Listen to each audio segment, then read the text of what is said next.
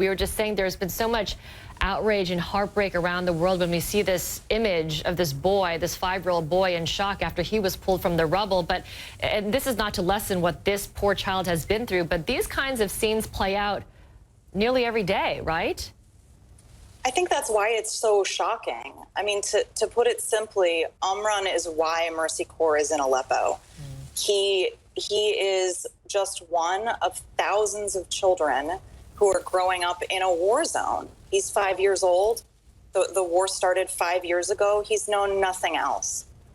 You know, you talk about growing up in a war zone, and I saw that, you know, some Mercy Corps workers were quoted as saying, you know, the kids are tracking warplanes like they're playing games. I mean, because this is such a daily occurrence. Just give us a sense of what it's like they're on the ground in Aleppo, because they are under siege, the civilians, day after day. Hospitals are being bombed. Homes are being bombed. People are dying from chemical attacks. This really couldn't, it feels like it couldn't be worse. And then anytime that you think that in Syria, it seems like it gets worse. This experience of daily life has changed everything for these kids. They can't have a normal childhood. You know, we do hear, and I spoke to a team member in Aleppo today, you know, these little kids, they know the sound of the warplanes as well as any adult. They know the sound of incoming fire. They know to hide. They know things that no kid should ever have to know. And the people that are trying to help them are doing so under horrific circumstances. In Mercy Corps, our offices have been hit twice in the past 2 months. Wow. How has Mercy Corps been able to operate in a city that has been under siege, where fighting has been intensifying since February of this year? You know, tell us a little bit about that, and has any of this hampered Mercy Corps' efforts to bring, you know, all the basic supplies and to help the needy, the people who are suffering, the civilians? Well, the reason why we have joined the UN in calling for this 48-hour ceasefire is because we know that the only way that we can get more supplies in is through a sustained ceasefire.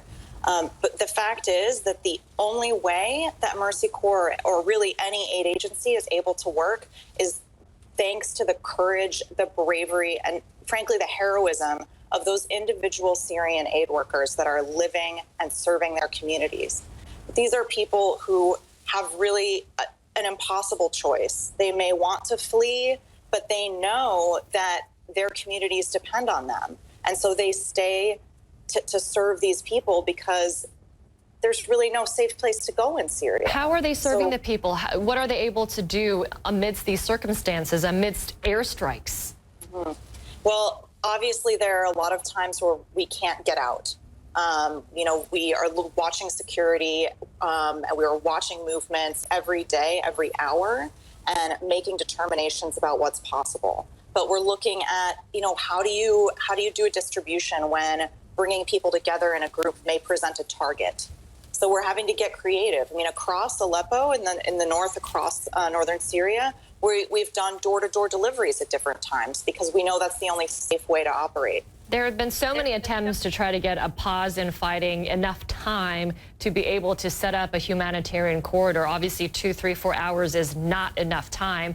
How hopeful are you about this, and that the Russian government and the Syrian regime will comply with a pause, a 48-hour pause?